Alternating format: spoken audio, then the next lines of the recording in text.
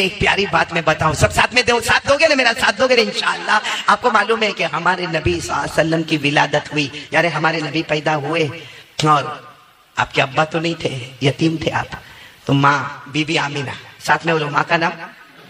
Be be آمینہ نے ایک زمانے تک دودھ پلایا, بہت پیاری ماں بی بی آمینہ نے ایک زمانے تک دودھ پلایا. پھر عرب کا دستور تھا کہ بچے کو گاؤں میں بھیجا جائے اور گاؤں کی عورت دودھ پلائے. تو کون ہمارے نبی کو لے کر گئی, بولو ساتھ میں بولو, کون لے کر گئی؟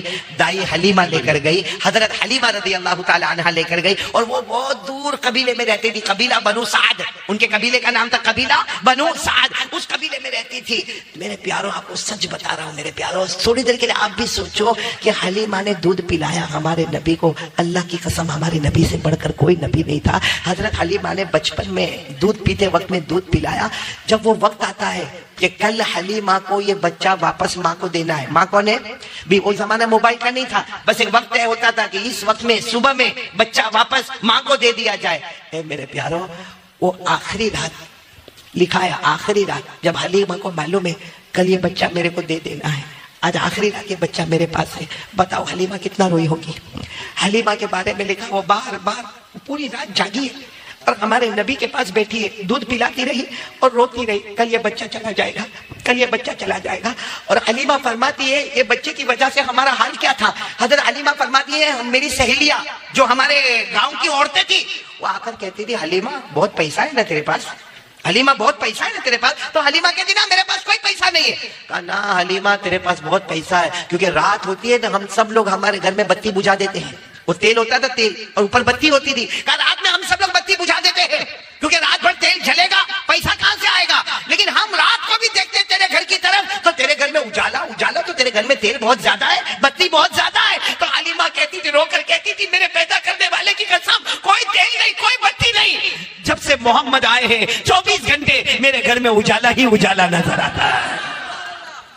وہ حلیمہ نے رات کیسے گزاری ہوگی معلوم ہے, کل محمد کو ان کی ماں کے حوالے کرنا ہے.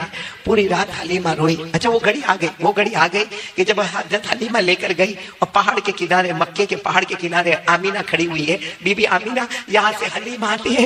اب حلیمہ کو معلوم ہے یہ بچے کی جدائی کا وقت آ گیا, بہت روتی ہے, بار بار محمد کو اپنے سینے سے لگاتی ہے, اور صبح میں نہلا دھلا کے لے کے نکلی ہے. اور آمینہ کو کہتی ہے آمینہ یہ امانت تمہیں دیتی ہوں, میرا جی تو نہیں چاہتا تھا کہ میں یہ امانت تمہیں دے دوں, مگر کیا کرو یہ وعدہ ہے اس لیے میں آپ کو یہ امانت دے رہی ہوں. ارے آمینہ بھی تو ماں تھی نا, وہ بھی انتظار کر رہی تھی, میرا لخت جگر, میرے کلیجے کا ٹکڑا, میرا بیٹا آ رہا ہے. آمینہ نے ایسے لیا, اپنے سینے سے لگایا, بہت دیر تک روتی رہی. حلیمہ نے جو جملہ کہا وہ سننا. حلیمہ نے کیا فرمایا, آمینہ میں نے بہت بچوں کو دودھ پلایا ہے, گاؤں جا کے, شہر جا کے میں نے دودھ پلایا ہے, اور میں گاؤں میں بھی گئی, جنگلوں میں بھی گئی, صحرا میں بھی گئی, بیابان میں بھی گئی. حلیمہ کہتی ہے میں نے بہت گاؤں, دیہات, جنگل, بیابان, صحرا کا سفر کیا, لیکن کعبہ کے پیدا کرنے والے کی قسم اس سے بڑھ کر خوبصورت بچہ میں نے کہیں نہیں دیکھا. سامنے کون تھی؟ بی بی آمینہ تھی. انہوں نے بھی ہمارے نبی کو سینے سے لگایا, کہا آمینہ, بی بی آمینہ نے کہا حلیمہ تو گاؤں کی بات کرتی ہے, دیہات کی بات کرتی ہے, جنگلوں کی بات کرتی ہے. ارے حلیمہ, اے حلیمہ, بی بی آمینہ نے کہا حلیمہ تو نے گاؤں میں اس سے بڑھ کر خوبصورت بچہ نہیں دیکھا. بی بی آمینہ کہتی کعبہ کے پیدا کرنے والے کی قسم میں پورے مکہ شہر میں گھومی, اس سے بڑھ کر خوبصورت بچہ میں نے شہر مکہ میں نہیں دیکھا. بات کر رہے کون, حلیمہ, آمینہ. اتنے میں وہاں سے ایک بوڑھے میاں چلے آ رہے. کون ہے وہ؟ دادا عبد المطلب. بولو دادا عبد المطلب تو تھے نا. دادا عبد المطلب آیا اور کہا حلیمہ, آمینہ کیا باتیں کر رہے ہو؟ تو آمینہ نے کہا آپ کا پوتا اب ہمارے گھر میں واپس آ گیا. اور دادا عبد المطلب دوڑتے آئے, بہت پیار کرتے تھے, ہمارے نبی کو گلے لگایا, بہت پیار کیا, بہت مرتبہ چوما. تو حلیمہ نے کہا میں کہہ رہی تھی اس سے بڑھ کر خوبصورت بچہ میں نے گاؤں میں نہیں دیکھا. تو آمینہ نے کہا اس سے بڑھ کر خوبصورت بچہ میں نے شہر مکہ میں نہیں دیکھا. تو دادا عبد المطلب کہنے لگے حلیمہ, آمینہ رہنے دو, میں نے تو ملکوں کا سفر کیا, کنٹری کا سفر کیا, میں تجارت کاروبار میں کہاں سے کہاں تک گیا. ارے کعبہ کے پیدا کرنے والے کی قسم میں نے کسی ملک میں اس سے بڑھ کر خوبصورت بچہ نہیں دیکھا. سبحان اللہ. اچھا یہ باتیں ہو رہی ہے, اچانک ایک نورانی شخص سامنے. کون؟ حلیمہ، آمینہ، دادا عبد المطلب چوکے کون؟ آنے والے نے کہا میں جبرائیل ہوں، بولو سبحان اللہ، فرشتہ ہوں، بولو سبحان اللہ، فرشتوں کا سردار ہوں، بولو سبحان اللہ۔ تو انہوں تینوں نے کہا لیکن فرشتہ آپ یہاں پر کیوں آئے؟ کہا اللہ نے بھیجا ہے، آپ کا جواب دینے کے لیے آیا ہوں کہ حلیمہ تو نے گاؤں میں اس سے بڑھ کر خوبصورت بچہ نہیں دیکھا نا، آمینہ تم نے شہر مکہ میں اس سے بڑھ کر خوبصورت بچہ نہیں دیکھا نا، دادا عبد المطلب تم نے ملکوں میں اس سے بڑھ کر خوبصورت بچہ نہیں دیکھا نا۔ حضرت جبرائیل کہتے میرے بھیجنے والے اللہ کی قسم میں نے 1,00,000 سے زیادہ نبیوں کی ملاقات کی ہے، میں نے اس سے بڑھ کر خوبصورت کسی کو بھی نہیں دیکھا۔ سبحان اللہ۔ اتنا حضرت جبرائیل نے کہا کہ غیب سے اللہ کی آواز آئی، کیسے دیکھو گے؟